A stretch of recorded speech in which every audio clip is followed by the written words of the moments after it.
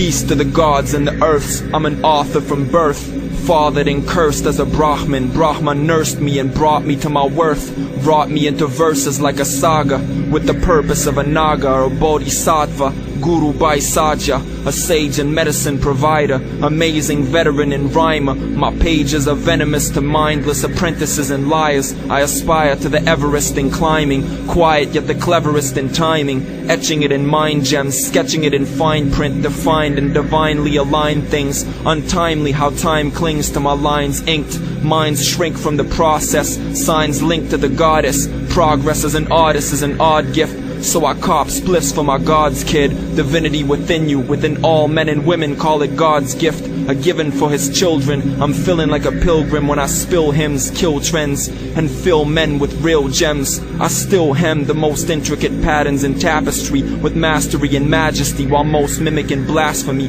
Blast MCs like coastal seismic catastrophes. The masses weep massively, it has to be a tragedy.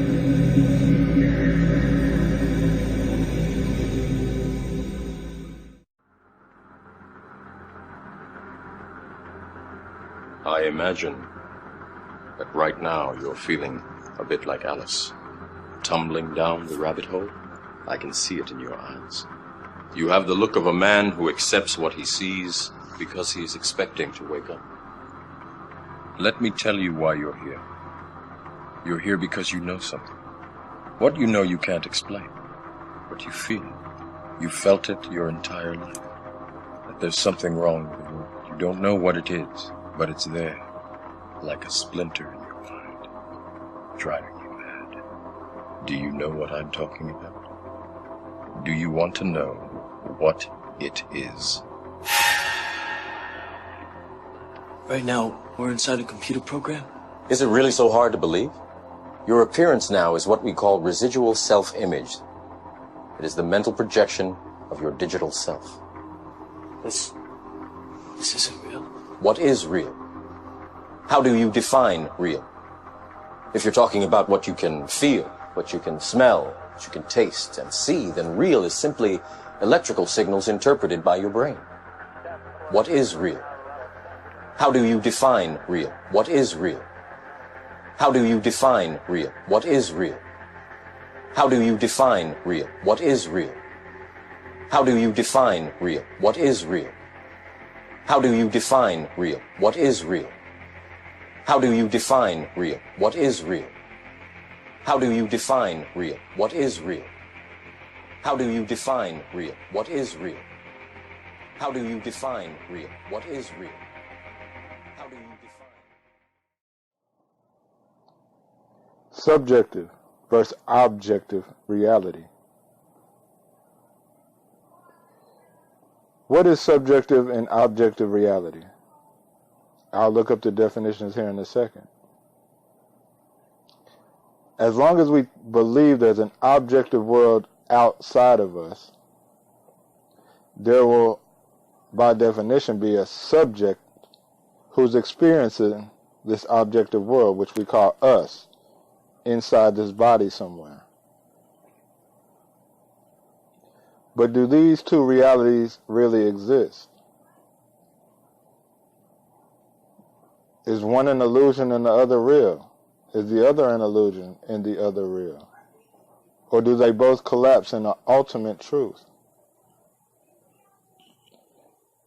Let's look at the definition real quick for objective reality, which is a collection of things that we are sure exist independently of us.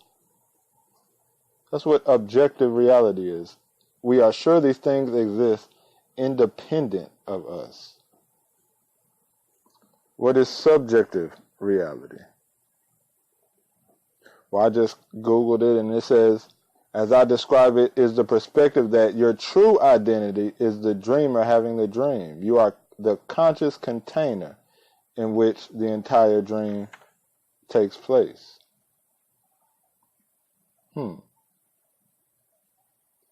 Also, subjective means the character of experience implies that the perceptions of all things, concepts, and truths in the universe differ between individuals.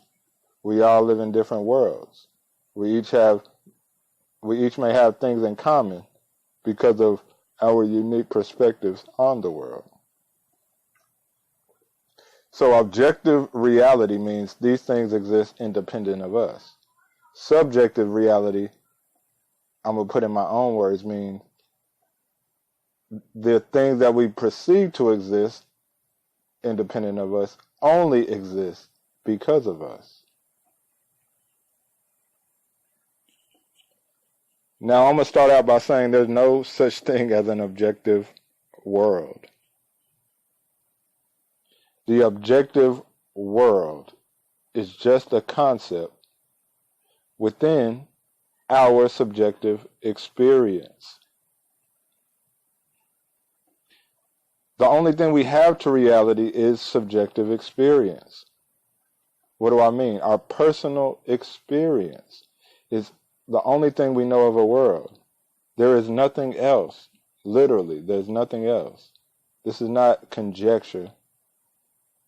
This is a fact. Everyone who experiences a quote-unquote objective reality experiences it from a subjective point of view, a subjective experience.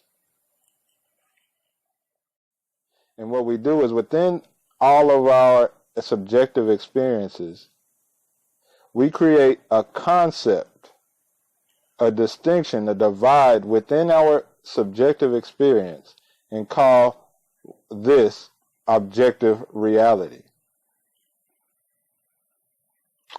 And what's forgotten when we make up these concepts, what's forgotten over time is that everything we label objective reality is happening within subjective reality. And it can never be different from this. So the sun that we all say is objective is a subjective experience. It appears in subjective reality. So the objective reality, or the objective world which people call reality, which we tend to think of having more reality than someone's subjective experience, is completely backwards. Why do I say that? Because to label something objective is a concept by nature. We're making up an idea, a concept within our subjective experience. By nature, it has less reality than the subjective, because the subjective experience was prior to the labeling of things objective by the mind. It's just a creation of the mind that there is something objective. All there is subjective experience. So we create the concept of an objective world, and we believe that this is reality out of this concept we created. And so the illusion has become our reality. That's the trick we play on ourselves. We are not conscious that all these labels and beliefs that we call objective happen within subjective experience. Everything depends on the pure subject, the pure knower of reality, which I suggest is God. See, we believe the world around us is real. How can it not be? You know, I see it, I hear it, I taste it, I touch it, I smell it. But we must revisit our beliefs, because we do not actually experience the world directly. All we experience of what we call the world is the perception of a world, never the world independent of perception. We experience what we call the world through perceptions. We experience only the perceptions, and we label these perceptions world.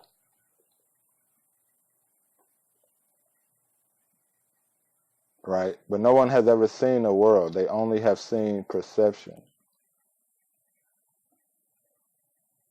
And when we label these perceptions world, we automatically divide, like the world is something different from us. the object is something different from the subject.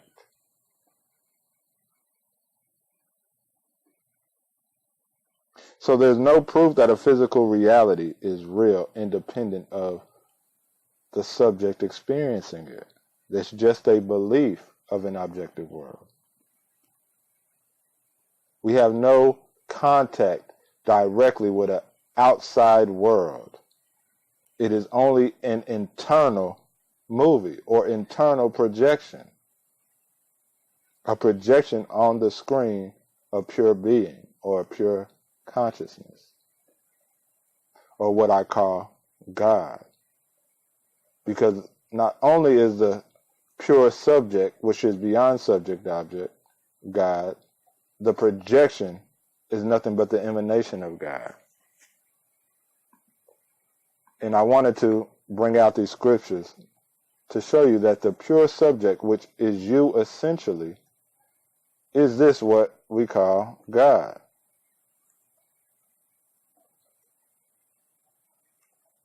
Let me pull it up real quick.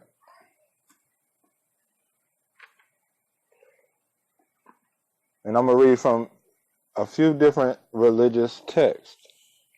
This is out of the Hidden Words from the Baha'i Faith, from Baha'u'llah. In verse 44 it says, O son of the throne, your hearing is my hearing. Hear thou therewith. Thy sight is my sight. Do you see therewith? That in your inmost soul you mayest testify unto my exalted sanctity, and I within myself may bear witness unto an exalted station for you. Meaning, I am the one hearing your thoughts. I am the one seeing. The spirit in you is me.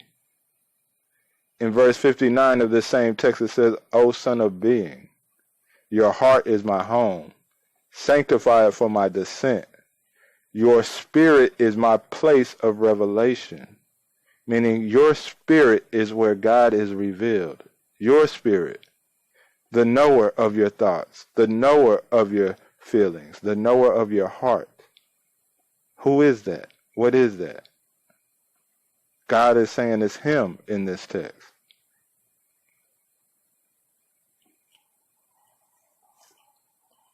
Well, you might not be of the Baha'i faith, so let me read from the Bible. The Bible in Proverbs 20:27 says, the spirit of man is the candle of the Lord, or the light of the Lord. The spirit of man is the light of God, searching all the inward parts of the belly, meaning he's the one that knows all your secrets. Who is he? You. You're the one that knows all the secrets. Your spirit. You are your spirit. You are not your body. You are not your thoughts. It is you, the spirit. How do I know this? Well, let's go to a Hindu text, the Upanishads. It says, the knower of knowing. Who is the knower of all that is known in your world? You are. The knower of knowing can never become an object, again, objective reality, for us. It is called unknowable. You cannot see that which is the witness of vision. You cannot hear that which is the hearer of hearing. You cannot think of that which is the thinker of thought. You cannot know that which is the knower of knowledge. He is never seen, but is the witness.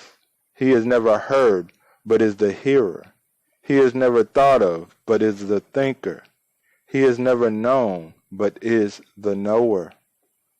There is no other witness but him, no other hearer but him, no other thinker but him, no other knower but him.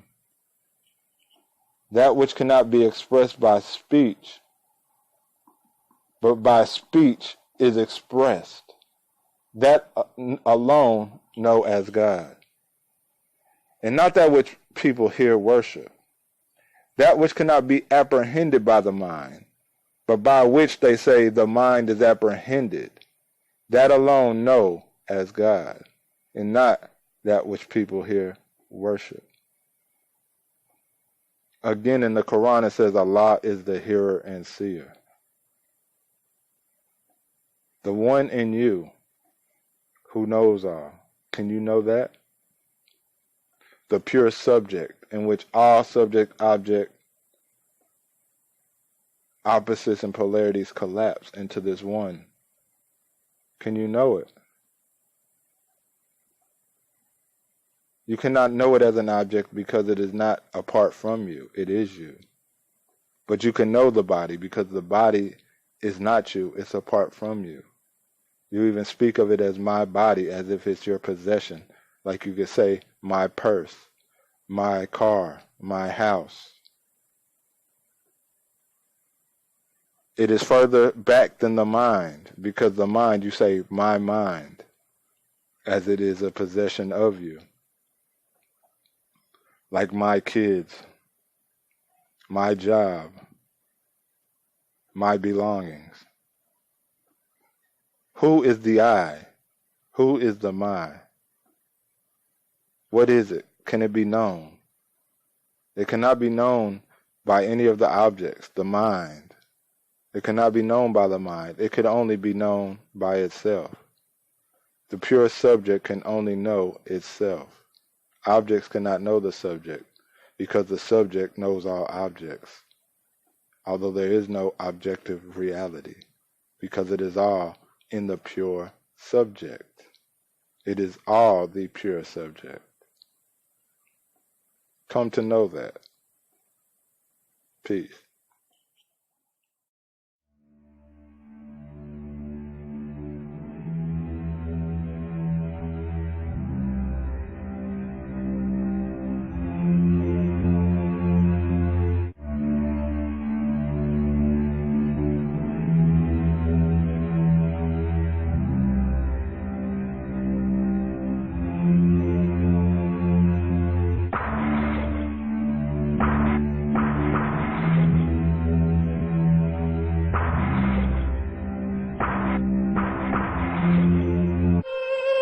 We're like knights of the round table, striking with sound fables to heighten, astound, and engage you. Profound and amazing angels that slay through boundless mazes of dangers, hang you.